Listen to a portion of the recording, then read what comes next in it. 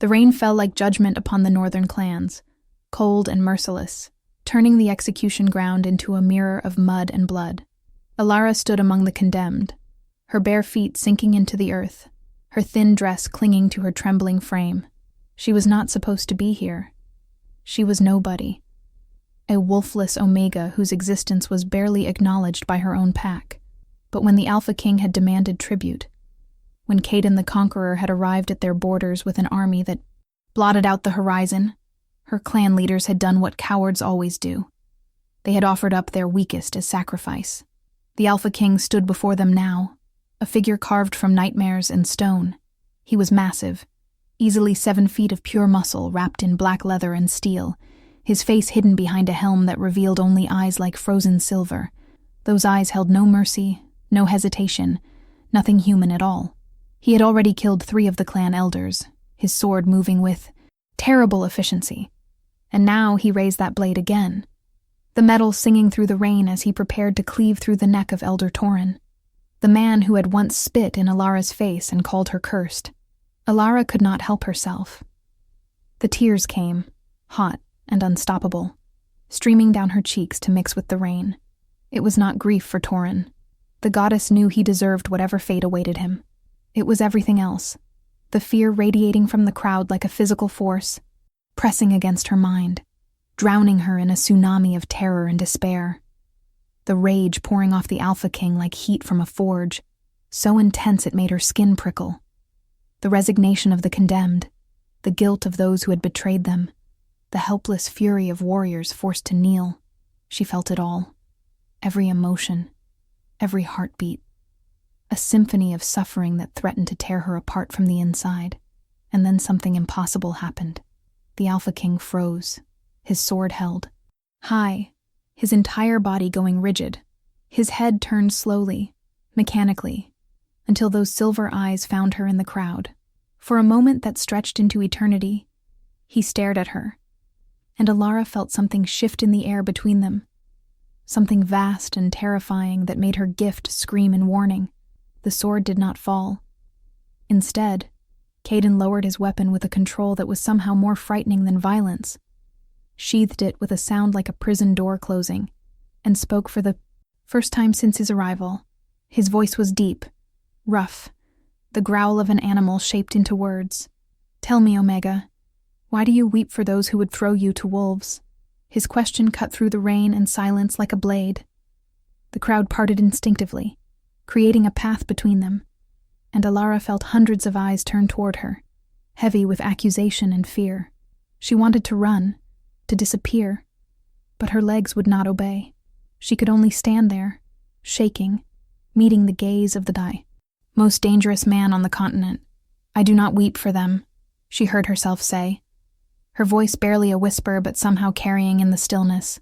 "I weep because I cannot stop feeling what they feel. The pain, the fear, all of it. It never stops." Her honesty surprised even herself. But what did it matter now? She was already dead. They had sent her here to die. At least she would die having spoken truth for once in her miserable life. The Alpha King moved then, crossing the distance between them with a speed that should have been impossible for something so large. He stopped inches from her, towering over her small frame, and she could feel the heat of him, smell leather and steel and something wild underneath. When he reached out, she flinched, but he did not strike her. Instead, his gloved hand caught her chin, tilting her face up to meet his gaze, forcing her to look into those terrible silver eyes. "What are you, little Omega?" His voice was quieter now, dangerous in its intensity. "What magic is this that makes me feel when I have not felt anything in 10 years? Alara could sense his confusion, his anger at himself, the walls he had built cracking just slightly. And beneath it all, buried so deep she almost missed it, a flicker of something that might have been pain. Before she could answer, before she could even process what he was asking, Caden made a decision that would change everything. He released her chin and turned to address the gathered clans, his voice ringing out with absolute authority. "This territory is now under my dominion. Your leaders have proven themselves traitors and cowards. They will face imperial justice. As for this one, he gestured toward Alara without looking at her. She comes with me. Consider it the tribute your pathetic clan should have offered in the first place, a life for your treachery. The words hit Alara like a physical blow. She was being taken, claimed, dragged away to the Obsidian Keep where the Alpha King ruled his empire of blood and conquest. She had heard the stories. Everyone had. Omegas who entered those black stone walls were never seen again. They said Caden kept them in dungeons, that he was twisted by war and power, that he had lost his humanity so completely that even the moon goddess had turned her face from him. But as his guards closed around her, as chains were locked around her wrists despite her lack of resistance, Alara felt something through her cursed gift that made no sense at all. Beneath the Alpha King's rage and ruthlessness, beneath the carefully constructed walls of ice and stone, she felt recognition, not of her face or her name, but of something deeper, as if some part of him had been waiting for her, searching for her, even though he clearly did not understand why. The journey to the Obsidian Keep took 3 days, and they were the longest days of Alara's life. She rode in a covered wagon, separated from the main army, with only 2 guards who never spoke. To her, they provided food and water, but no answers, no explanation of what fate awaited her. Through the canvas walls, she could hear the army moving, thousands of soldiers marching in perfect formation, their discipline absolute. At night, she could feel the Alpha King's presence like a dark star, his emotions a controlled inferno that never quite went out. If you are enjoying this story, please take a moment to like this video and subscribe to the channel. Your support helps us bring you more epic, supernatural romance tales like this one. Now, let us continue with Alara's journey into darkness. The Obsidian Keep rose from the mountains like a fang of black glass, its towers piercing the clouds, its walls so high they seemed to scrape the sky itself. Alara had never seen anything so massive, so deliberately imposing. This was not a castle built for beauty or comfort. This was a fortress designed to crush the spirit of anyone who approached it, to remind them that resistance was futile, that the Alpha King's power was absolute. She was taken not to the dungeons as she had feared, but to a chamber high in the eastern tower.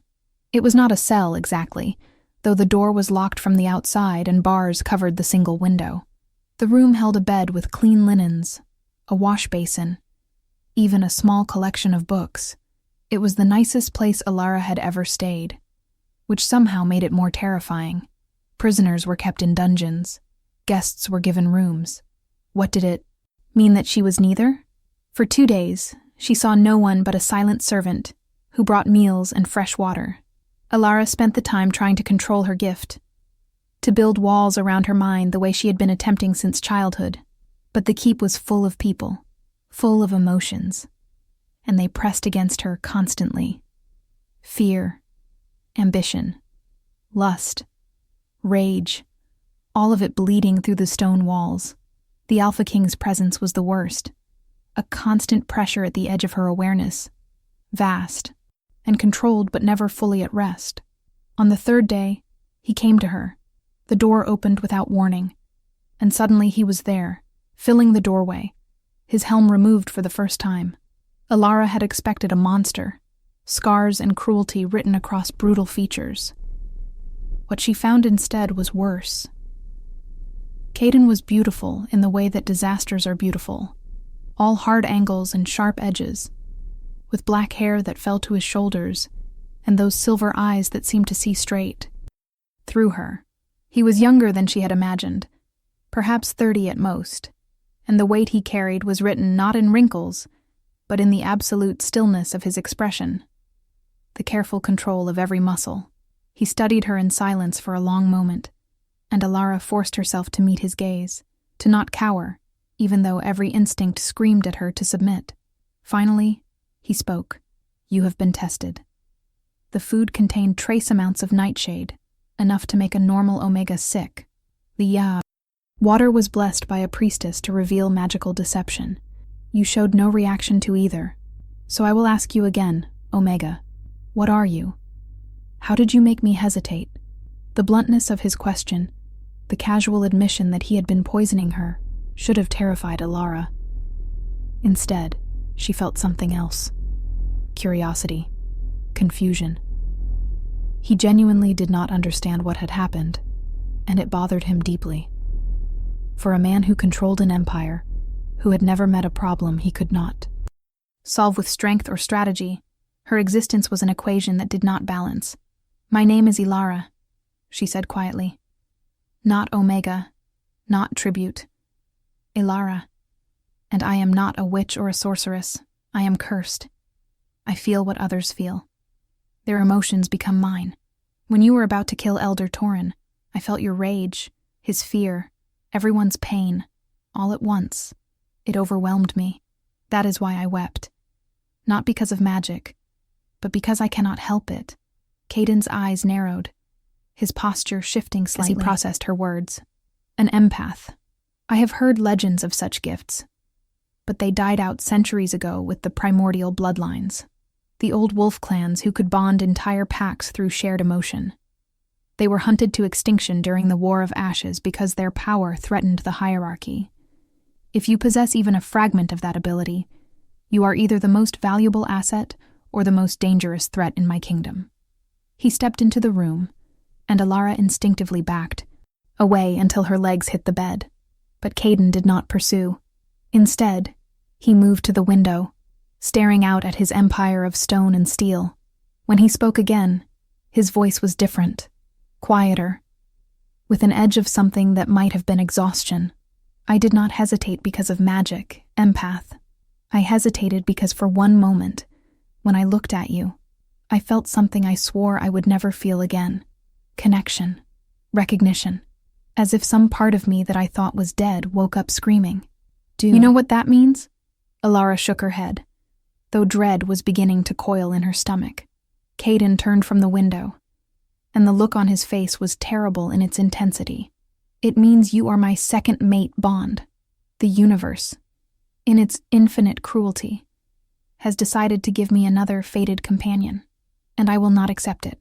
The words hit Ilara like a slap. Second mate bond. She had heard of such things, but only in whispered stories. When a fated mate died, sometimes the moon goddess would gift another bond, a second chance at the connection that defined a wolf's existence. But the Alpha King's rejection was absolute, his walls slamming back into place even as he spoke. She could feel his determination, cold and hard as the obsidian stones around them. "I had a mate once," Caden continued, his voice devoid of emotion now, each word precise and cutting. "Her name was Liana. She was kind, brave, everything I was not. She believed I could be better than the monster my father raised me to be. And she died because of that belief, murdered by enemies who knew that she was my only weakness. I burned 17 territories to ash in retribution. And when the screaming finally stopped, I swore on her grave that I would never be weak again, that I would never allow anyone close enough to be used against me." He moved closer now, and Ilara could not retreat further. His presence was overwhelming, not threatening but absolute, like standing before an avalanche and knowing there was nowhere to run. "Listen carefully, empath, because I will only say this once.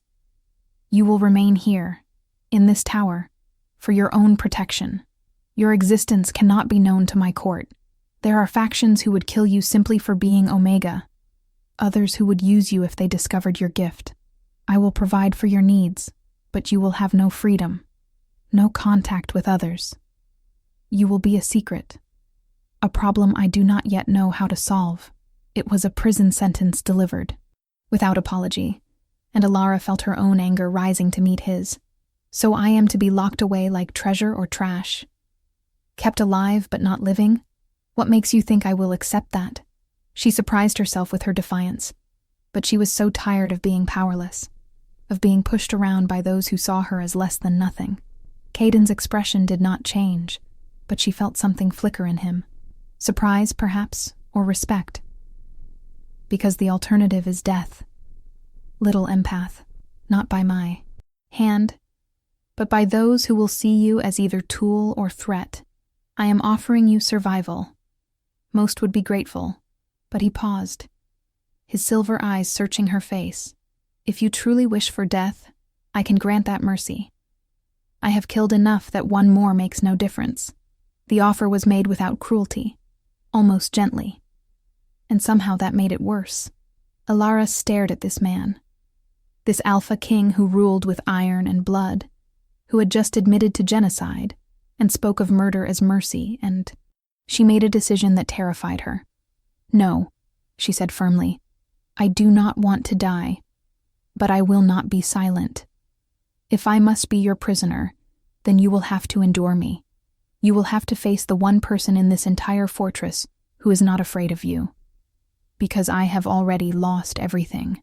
You cannot take from me what I never had." For the first time since she had met him, Caden smiled. It was not a kind expression, more the baring of teeth than genuine amusement, but it was something other than the blank mask he wore. "Careful, Omega. You might find that I enjoy challenges more than obedience."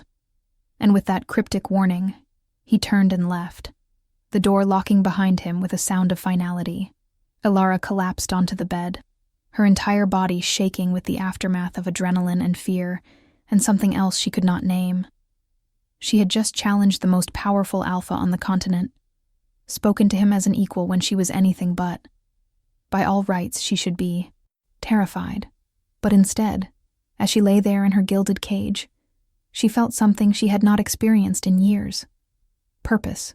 For the first time in her life, someone was not ignoring her or dismissing her. Caden saw her, truly saw her, even if he did not want to. And somehow, despite everything, that mattered. Do not forget to leave a comment below telling us what you think will happen next. Will Alara break through the Alpha King's walls, or will she remain a prisoner forever? Your theories and thoughts fuel our creativity. The days that followed established a strange routine. Caden visited her chamber each evening, always at sunset, always for exactly 1 hour. He never touched her, never came closer than necessary. But he talked. At first, his visits seemed like interrogations, questions about her past, her gift, her clan. But gradually, they evolved into something else. Conversations, arguments. He would discuss matters of state, strategies for managing his territories. And she would offer perspectives he had never considered, insights born from her ability to feel what others felt. "You rule through fear," she told him one evening, as rain lashed against the tower window. "But fear is exhausting. Your people obey because they are terrified. But the moment your strength falters, they will turn on you. You have built an empire on sand, and you know it." Caden had been silent for a long time after that, standing by the window, his broad shoulders tense. When he finally spoke, his voice was quiet. "My father taught me that power is the only truth that matters, that mercy is weakness, compassion is suicide, and love is a chain that others use to control you. Everything I have built, I built by accepting those lessons. What would you have me do instead, little empath? Show kindness and watch my empire crumble? Release my grip and let chaos take what I have fought for?" Alara had moved to stand beside him then, close enough that she could feel the heat radiating from his body, though she was careful not to touch him. "I would have you understand that true strength is not making others fear you, but giving them reason to follow you willingly. Your father was wrong. Love is not a chain. It is a foundation. And empires built on foundations last longer than those built on threats." He had looked at her then, really looked at her, and for just a moment, his walls had come down enough for her to feel what lay beneath. Loneliness, such crushing, absolute loneliness that it made her heart ache. This man who commanded armies and toppled kingdoms was utterly, completely alone, and he had convinced himself that was strength rather than tragedy. Their dynamic shifted after that night. Caden began bringing her books from his private library, volumes on wolf history and primordial lore. He started asking her opinion not just to challenge it, but because he genuinely wanted to understand her perspective. And slowly, so slowly, that neither of them noticed it happening at first, the mate bond between them began to strengthen. Alara would catch herself thinking of him at odd hours, wondering what he was doing, whether he was safe.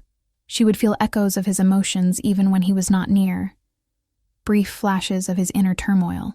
And Caden, for all his resistance, was changing too. His sentences became less clipped. His visits extended beyond the hour he had allotted. One evening, he brought dinner and insisted they eat together, a strangely domestic gesture from a man who usually dined alone in his war room. He asked about her childhood, and when she described the abuse she had endured, being beaten for her weakness, starved for her inability to shift, he had gone very still, his fork frozen halfway to his mouth. "Names," he had said quietly, dangerously. "Give me the names of those who hurt you."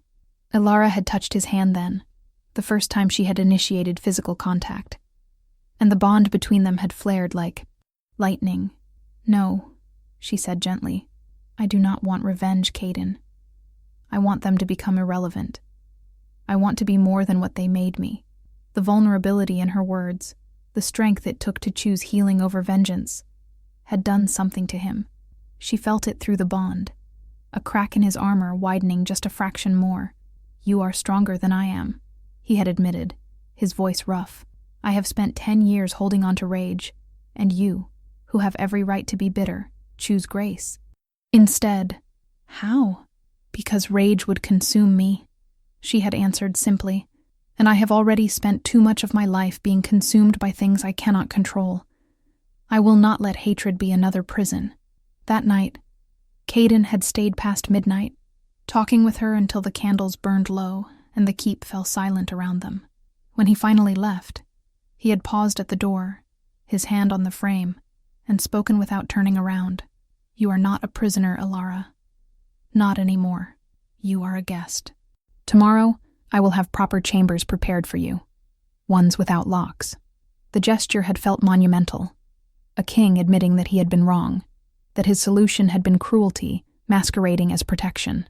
But the next morning brought disaster that made such considerations meaningless. Ilara woke to shouting, to the clash of steel, to a wave of rage and fear so intense it drove her to her knees. Something was wrong. Someone was attacking.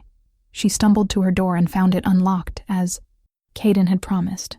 The corridor outside was chaos, guards running toward the commotion, servants fleeing in the opposite direction. Ilara followed the emotions like a bloodhound following scent, her gift screaming warnings with every step. She found herself in the throne room, a vast chamber of black marble and cold silver, and there she witnessed something that would haunt her forever. Caden stood in the center of the room, his sword drawn, facing down a dozen wolves in their shifted forms. But these were not enemies from outside his walls. These were his own guards, his own soldiers, their eyes glazed with something that was not natural, their movements jerky and wrong. Mind control, she realized with horror. Someone had turned his own people against him, and he was trying not to kill them, trying to disable rather than destroy. Because even now, even facing betrayal, he did not want to murder those he was supposed to protect. And behind the controlled wolves stood a figure in dark robes, his hands weaving patterns in the air, his laughter echoing off the stone. Lord Varen, Caden's senior advisor, a man who Ilara had only glimpsed from a distance, but whose ambition she had felt like poison every time he was near. Finally, the mighty Alpha King falls. Varen crowed. "Your compassion makes you weak, Caden. That Omega whore has infected you with softness. Once you are dead, I will take your throne and return this empire to proper strength, the strong dominating the weak, as nature intended." Caden did not respond with words. He moved like lightning, cutting through the controlled guards with precision that avoided lethal strikes, closing the distance to Varen. But the sorcerer was prepared. He released his control over the guards and channeled all his power into a single attack, dark magic that coalesced into spears of shadow, launching them at Caden with lethal intent. Ilara did not think. She ran, her body moving on instinct, throwing herself between the Alpha King and the darkness. The magic hit her like a truck, punching through her chest, her stomach, her shoulder. Pain exploded through her, white hot and all-consuming. and she heard Caden roar her name as she collapsed. Through the haze of agony, she felt him catch her, felt his arms around her as he lowered her to the ground. And then his rage erupted. The Alpha King that Caden had suppressed for so long, the monster he had tried to bury under control and strategy, broke free. He shifted. In an instant, his wolf form massive and terrible, fur black as midnight and eyes burning silver. He tore through Varen's defenses like they were paper, his jaws closing around the sorcerer's throat, ending the threat with brutal finality. And then he shifted back, crawling to where Alara lay bleeding, his hands pressing against her wounds, his face a mask of anguish. "Stay with me," he commanded, his voice breaking. "Do you hear me, Alara? You do not have my permission to die." The mate bond between them was wide open now, his emotions flooding into her with the intensity of a dam bursting. Terror, guilt, desperation, and beneath it all, love. Fierce, consuming love that he had been denying since the moment they met. "I am sorry," she whispered, blood staining her lips. "I could not let him hurt you." Through their bond, she pushed her own feelings toward him, showing him everything she had been too afraid to say, that she had fallen in love with him despite his darkness. Or perhaps because he was trying to climb out of it, that she saw not the monster he believed himself to be, but the man he could become. That she chose him, mate bond or not, she would have chosen him. "No," Caden snarled, and she felt him do something impossible. He channeled his own life force through their bond, pouring his strength into her, trying to heal her through sheer force of will, but the magic that had struck her was designed to kill, corrupted and dark, and it was spreading through her system, like poison. Alara felt her consciousness fading, felt her heartbeat slowing, and with her last bit of strength, she whispered the truth she had been piecing together from the ancient texts he had given her. "I am primordial Caden. My wolf is not absent. She is sleeping, waiting. If I die now, she dies unborn. But if you can wake her, if you can call to what I am meant to be, maybe..." She did not finish. The darkness took her, pulling her down into cold silence. But Caden heard, and the Alpha King, who had not prayed in 10 years, who had cursed the moon goddess and turned his back on faith, threw back his head and howled. It was a sound of pure anguish, a plea that echoed through the keep and beyond, carrying on winds that should not exist. He howled for help, for intervention, for the deity he had abandoned to please not take this from him. And the moon goddess, who had been waiting patiently for Caden to finally, truly ask for something beyond power, answered. Light exploded through the throne room, silver and pure, and Alara's body began to glow.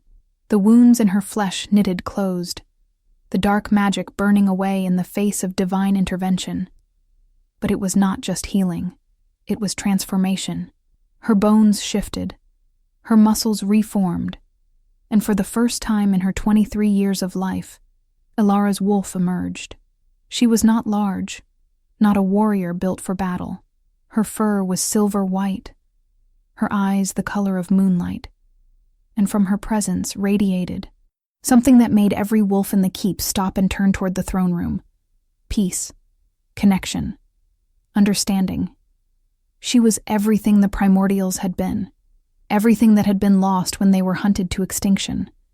An empath not just of emotion, but of soul, capable of bonding entire packs into unified purpose without dominating or controlling. Alara looked up at Caden with her wolf's eyes, and through their bond, she showed him what she saw when she looked at him. Not the tyrant or the conqueror, but a man who had been so badly hurt that he had armored himself in cruelty to survive. A man who had been taught that love was weakness when it was actually the greatest courage.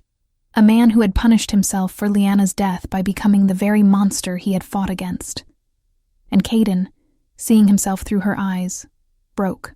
He shifted back to human form and collapsed beside her wolf, his arms wrapping around her neck, his face buried in her fur. And he wept, great, shuddering sobs that came from somewhere so deep they might have been buried since childhood. He cried for Lyanna, for the man he had been before she died. He cried for every life he had taken in rage rather than justice. He cried for the loneliness he had wrapped around himself like a cloak. And through it all, Alara held him, her wolf form warm and solid, her presence a steady anchor in the storm of his grief. When the tears finally stopped, when Caden had nothing left inside him but exhaustion and the fragile beginnings of hope, Alara shifted back to human form. She was naked, vulnerable, but she did not care. She cupped his face in her hands, forcing him to meet her eyes. "Listen to me," she said firmly. "You are not beyond redemption. You have done terrible things. Yes, you have been cruel and ruthless and everything your enemies claimed.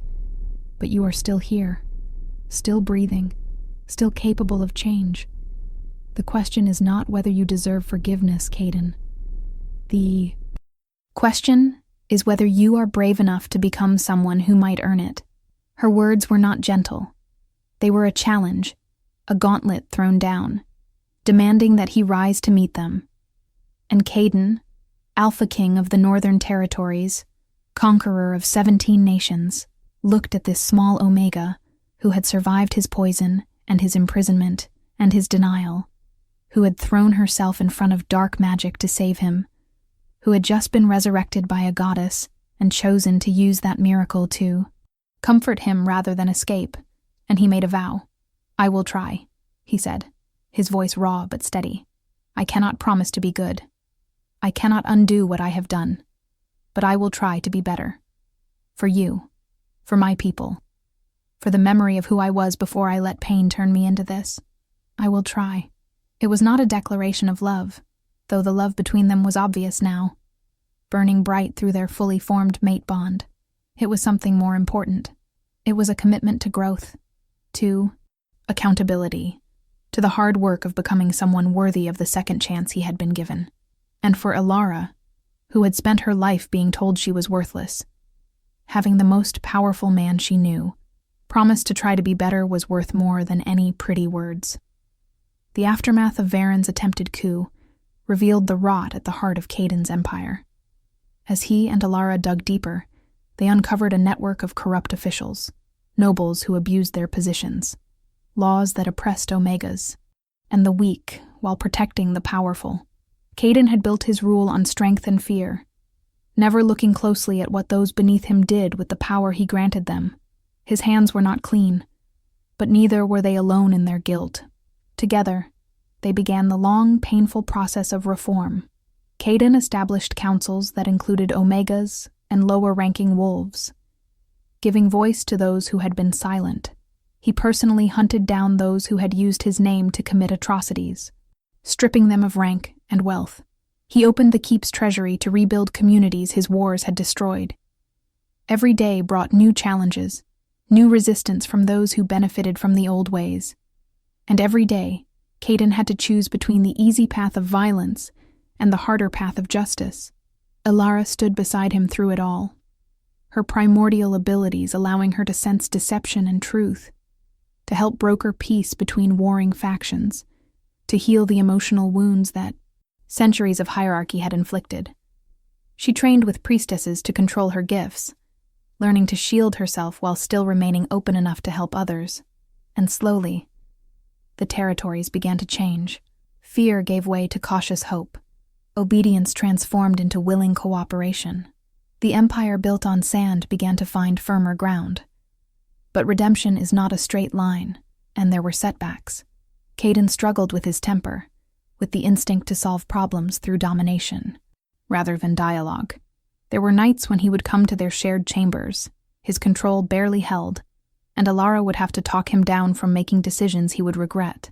There were moments when she felt overwhelmed, when the weight of healing an entire empire pressed down on her, and Caden would hold her while she cried, offering the comfort he was learning to give. Their relationship deepened through these struggles. The mate bond was not a magical solution that fixed everything. It was a connection that amplified both their strengths and their flaws, forcing them to confront aspects of themselves they would rather ignore. They argued, sometimes loudly, about strategy and morality and the pace of change. But they never stopped trying, never gave up on each other or the vision they were building together. Make sure you are subscribed to this channel so you do not miss the conclusion of this epic tale.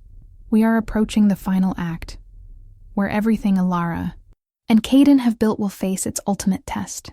1 year after Varen's betrayal, on the anniversary of the day Alara's wolf had awakened, they held a ceremony unlike any the Northern Territories had ever seen. It was not a coronation or a military parade. It was an apology.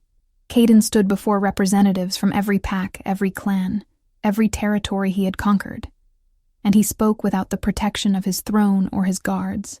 He listed his crimes, acknowledged his victims, and promised restitution. He did not ask for forgiveness because he understood that some wounds were too deep, some losses too great. But he offered accountability, transparency, and a commitment to ensure such abuses never happened again under his rule. The response was mixed. Some accepted his words, moved by his vulnerability and the obvious changes in his governance. Others spat at his feet, their hatred too fresh, too justified to be soothed by speeches. Caden accepted both reactions with equal dignity, understanding that he had no right to demand absolution. Alara stood beside him, her presence a silent testament to the possibility of transformation. And when the ceremony ended, they walked through the crowds together, unguarded and exposed, trusting in the fragile peace they had built. That night, in the privacy of their chambers, Alara found Caden standing on the balcony, staring out at the kingdom he had won through blood, and was now trying to rebuild through justice.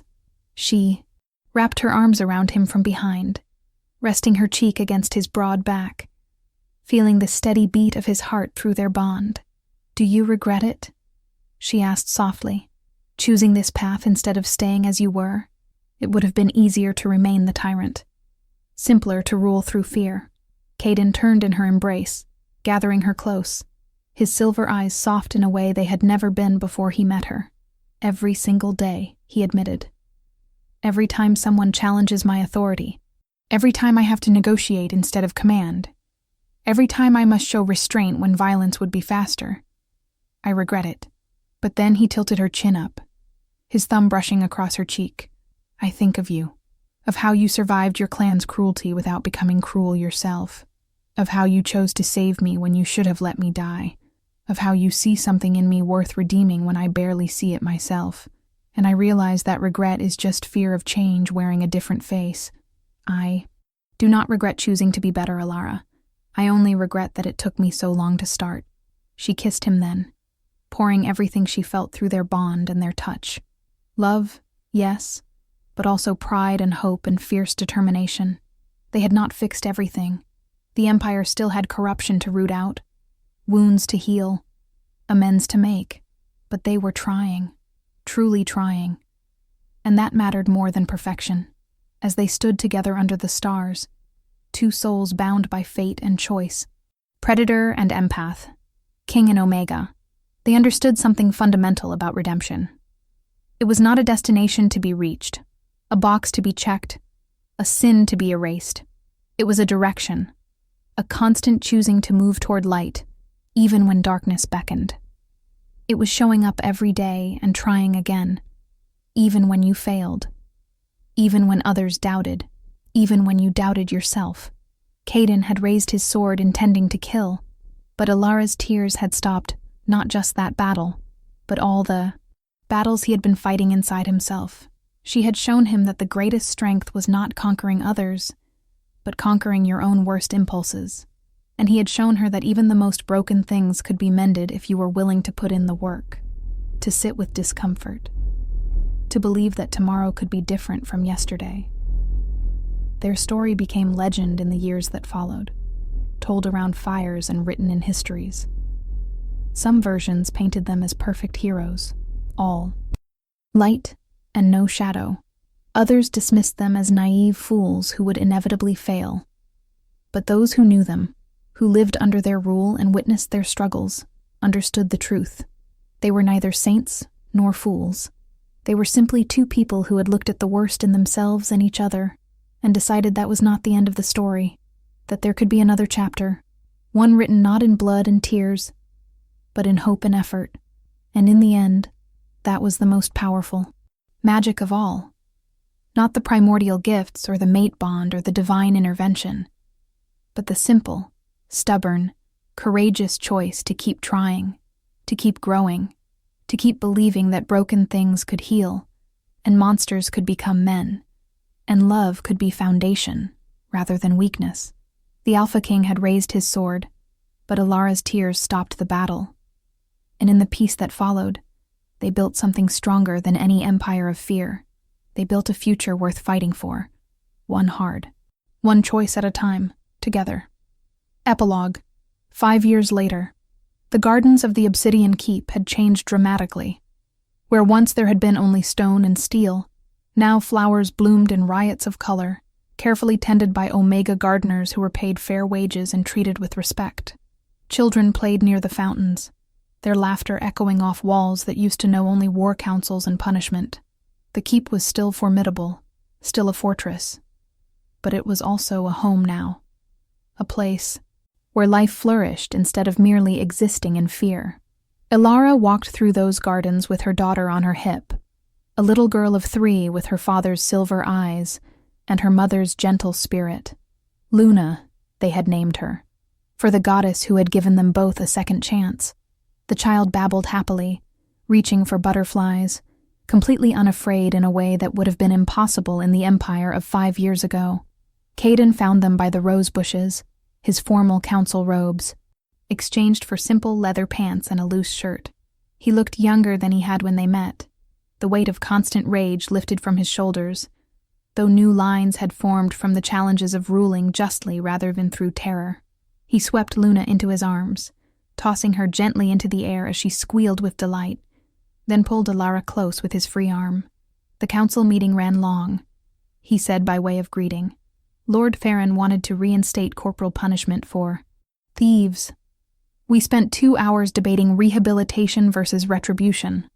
Again, Alara laughed, sensing his exasperation through their bond but also his satisfaction. And you held firm on the rehabilitation programs? Even though Theron has more military support? Even though, Caden confirmed. Because you were right. Fear is exhausting, and I am tired of ruling through it. Besides, he added with a wry smile, the Omega representatives brought statistics showing that our rehabilitation centers have reduced repeat offenses by 60%. Hard to argue with results, even for the traditionalists. They stood together in the garden, their daughter between them, and watched the sunset over mountains that had seen so much blood and were finally learning peace. It was not perfect. There were still those who resented the changes, who whispered that Caden had gone soft, that Alara had bewitched him. There were territories that tested their authority, conflicts that required careful diplomacy, wounds that would take generations to fully heal. But every evening, they came to this garden. Every evening, they reminded themselves why the struggle mattered. And every evening, they chose each other and the future they were building. One patient, difficult, beautiful day at a time. The Alpha King had learned to sheathe his sword. The Omega had found her strength. And together, they proved that even in a world of predators and prey, there was room for something else. Compassion, growth, love, that did not demand perfection, but inspired the courage to keep trying. Their empire would never be flawless, but it would be theirs, built on foundations of honesty and accountability and the radical belief that people, even powerful ones, could change. And that was enough. More than enough. It was everything. If this story touched your heart, please give us a thumbs up and share your thoughts in the comments. What did you think of Caden's journey from tyrant to reformer? Did Alara's strength inspire you? We love hearing from you, and your engagement helps us continue creating these epic supernatural romance tales. Until next time, may you find the courage to face your own darkness and the strength to choose light, one difficult decision at a time. Thank you for listening.